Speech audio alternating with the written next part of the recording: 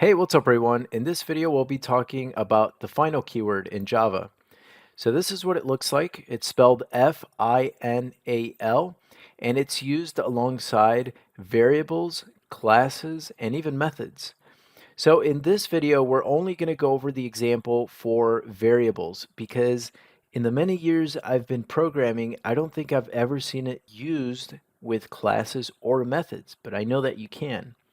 So in this example, we're going to use the final keyword on this variable here called favorite food.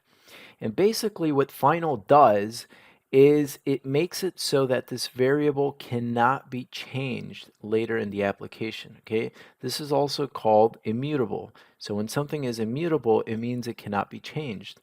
So here I have the keyword final, and then here I have the type string.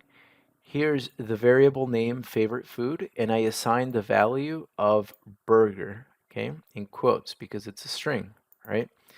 Now, if I run this application, all it's going to do is it's going to print out the value of favorite food. So we'll go ahead and run it, and you'll see that in the console window, it does print out burger.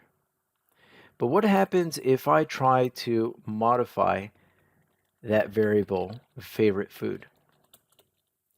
Let's say my favorite food is no longer burger. Let's say it's pizza. Okay.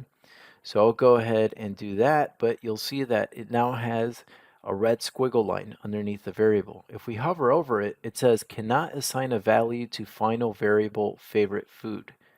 Okay. And so if we get rid of that, the errors go away.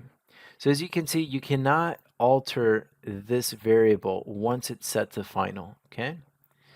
All right, that's all for this video. Thanks so much for watching, and I'll see you next time. Thanks.